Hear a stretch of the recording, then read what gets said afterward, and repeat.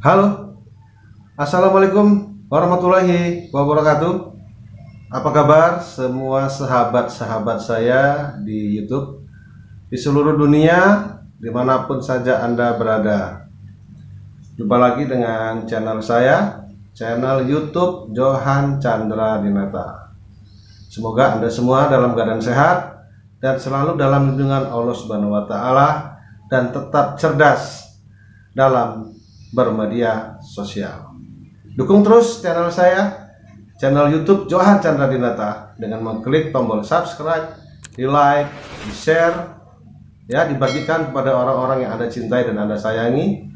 Jangan lupa aktifkan juga lonceng notifikasinya agar Anda bisa selalu mendapatkan video-video terbaru dari channel YouTube Johan Chandra Dinata.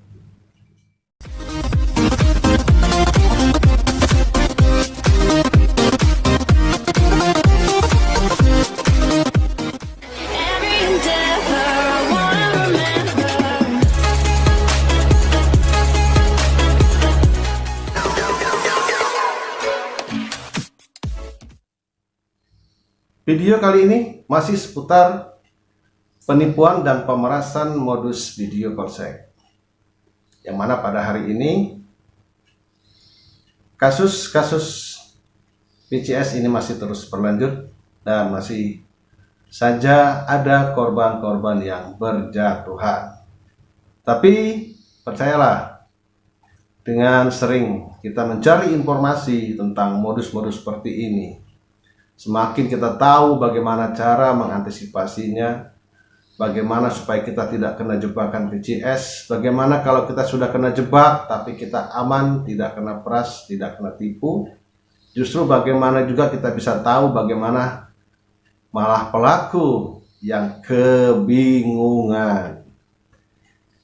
Jadi di beberapa video saya sudah saya berikan cara bagaimana untuk menghadapi situasi saat kita terkena jebakan PCS. Bagaimana cara kita supaya tidak terkena jebakan PCS? Oke, kalau yang sudah kena jebakan PCS, sudah banyak langkah-langkah yang sudah saya sampaikan. Nah, langkah-langkah itulah yang ternyata saat ini membuat para pelaku PCS kebingungan. Mereka kehabisan akal untuk memperdayai Anda. Kenapa mereka kehabisan akal? Karena Anda melakukan perlawanan dengan tidak menanggapi pelaku, tidak menuruti kemauan pelaku, menghapus semua akses, memutuskan semua kontak dengan pelaku sehingga pelaku ini kebingungan. Dia mau menekan siapa, dia mau ngancam siapa. Habis akal, bro. Jadi pelaku PCS saat ini sudah pingin endgame, pingin mengendgamekan aksi mereka, karena mereka sudah tidak punya akal lagi untuk memeras Anda, untuk mengancam Anda. Ya, ternyata ancaman-ancaman sebar video itu hanya trik pelaku agar Anda takut dan Anda akhirnya mau memenuhi semua keinginan pelaku. Jadi ada 3 pilihan ketika Anda menjadi korban jebakan PCS sampai pada menjurus pada pemerasan. 3 pilihan buat korban, buat sahabat-sahabat saya ya. Yang pertama, Anda sebagai korban jebakan PCS, pilihan Anda yang pertama adalah turuti kemauan pelaku dengan mengirimkan uang yang diinginkan oleh pelaku. Pelaku berjanji hanya cukup 1 kali, sehingga Anda merasa yakin bahwa itu yang disangkakan oleh pelaku adalah benar. Ternyata setelah Anda mengirim uang 1 kali, maka akan ada permintaan berikutnya dari pelaku. Anda kirim lagi, terus pelaku akan memeras Anda sampai Anda sudah tidak sanggup lagi, sampai Anda sudah tidak punya harta lagi. Anda dijadikan ATM berjalan bagi pelaku. Tinggal pilih ya, itu pilihan pertama kalau Anda mau ikuti maunya pelaku. Oke. Kedua, opsi yang kedua adalah Anda jangan layani maunya pelaku. 1 rupiah pun jangan Anda beri. Anda tutup semua akses Anda putuskan komunikasi dengan pelaku. Sehingga pelaku tidak bisa lagi menekan Anda, tidak lagi pelaku bisa mengancam Anda. Anda hanya was-was takut kalau video PCS Anda disebar oleh pelaku. Oke, nanti kita bahas. Oke, itu yang kedua. Tapi Anda tidak mengeluarkan uang. Itu yang kedua, Anda tidak keluar uang, tapi Anda masih ada rasa was-was. Was-was kalau nanti pelaku nekat, pelaku akan menyebarkan video Anda karena Anda tidak menerima uang. Oke, itu yang kedua. Tapi hanya ada rasa was-was, ya. Tapi Anda tidak keluar uang. Itu yang kedua. Yang ketiga, Anda mau meringkus pelaku dengan cara Anda terjebak, kemudian dia minta untuk mengirimkan uang. Oke, upayakan Anda minta nomor rekeningnya. Minta nomor rekeningnya, screenshot semua bentuk ancaman pelaku, ya. Kemudian apalagi? Nomor handphonenya juga kamu miliki. Jadi 3 barang bukti ini bisa Anda bawa ke polisi, Anda laporkan ke polisi dengan maksud tujuan supaya pelaku ini ditangkap. Walaupun pelaku belum sebar video, tapi sudah ada unsur ancaman, pengancaman. Tuh, minimal 6 tahun, maksimal 6 tahun hukuman si pengancam. Ancaman pemerasannya.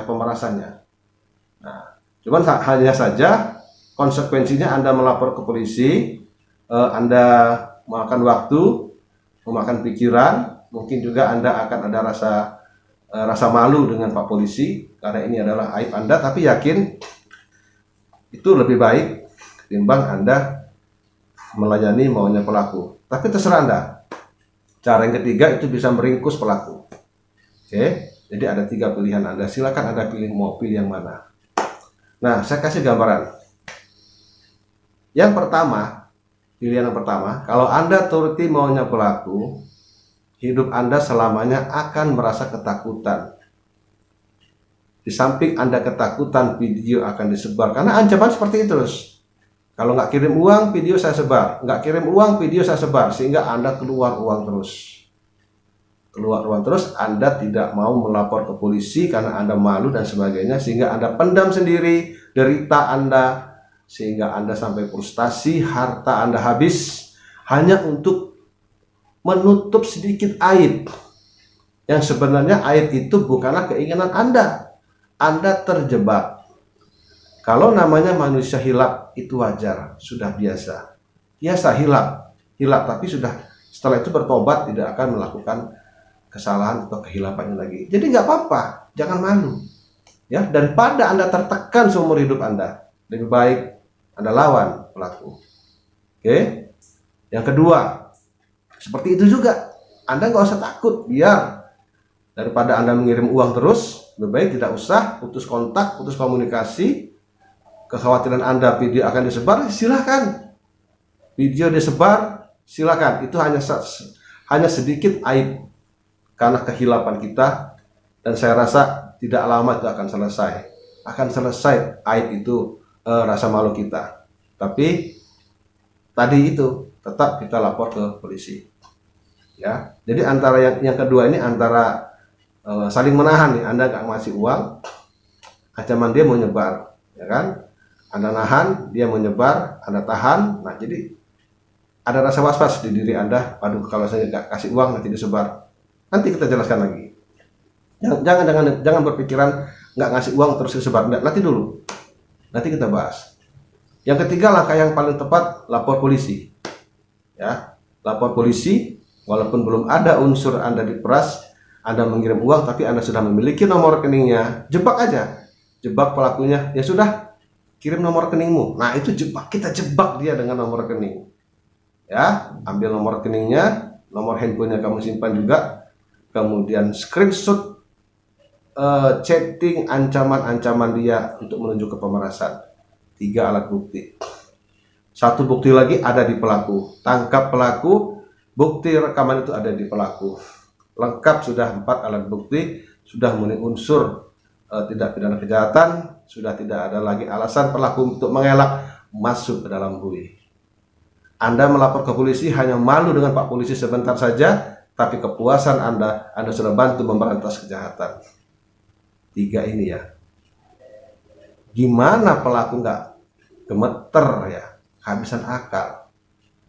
Kehabisan akal pelaku ini sudah mau end game. Pelaku sudah mau end game. Dia sudah kehabisan akal. Penyebaran video. Nah, ini saya kasih. Saya tadi sudah bilang, nanti kita jelaskan. Ini penyebaran video. Penyebaran video oleh pelaku.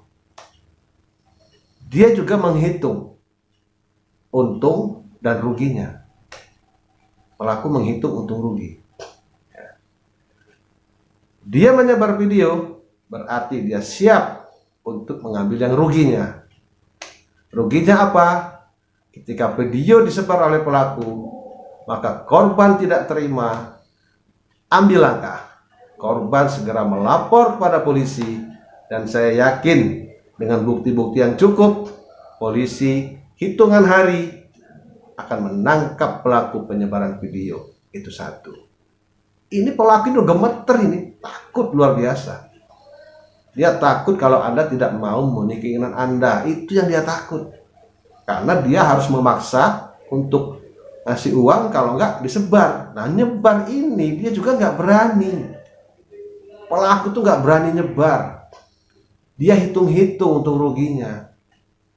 Mengancam Anda hanya untuk uang 2-3 juta, ya. Tapi resiko dia kalau dia nyebar, penjara maksimal 6 tahun. Ya minimal masuk penjara dulu. Masuk penjara dulu. Hitung-hitung juga dia. Jadi pelaku ini sebenarnya sudah kehabisan akal kalau Anda tidak mau melayani keinginan dia, apalagi Anda memutuskan kontak. Nah, ini mimpi buruk bagi pelaku. Mimpi buruk. Dia sudah nggak bisa lagi berpikir bagaimana ini caranya supaya bisa dapat uang dari korban. Korban sudah nggak bisa dihubungin. Korban sudah nggak takut diancam. Mau nyebarin video? Waduh. Mikir dia mikir. Nyebarin video. Iya, kalau korban nggak lapor. Pasti dong korban melapor. Apalagi ternyata korbannya orang hebat. Orang yang berani, orang yang punya keluarga yang hebat, yang gerot-gerot. Yang tahu dengan hukum. Waduh, korban pelaku juga mikir-mikir, jangan-jangan korban saya ini orang hebat, jangan-jangan korban saya ini orang intelektual, jangan-jangan korban saya ini adalah orang yang ngerti dengan hukum, orang yang nekat, orang yang berani. Ketika disebar berarti adu mental. Untungnya di mana? Pelaku nggak ada untung kalau nyebarin video. Untungnya pelaku itu kalau Anda takut dengan ancaman dia, Anda ngirim duit, Anda depresi, Anda stres, itu baru untungnya buat pelaku.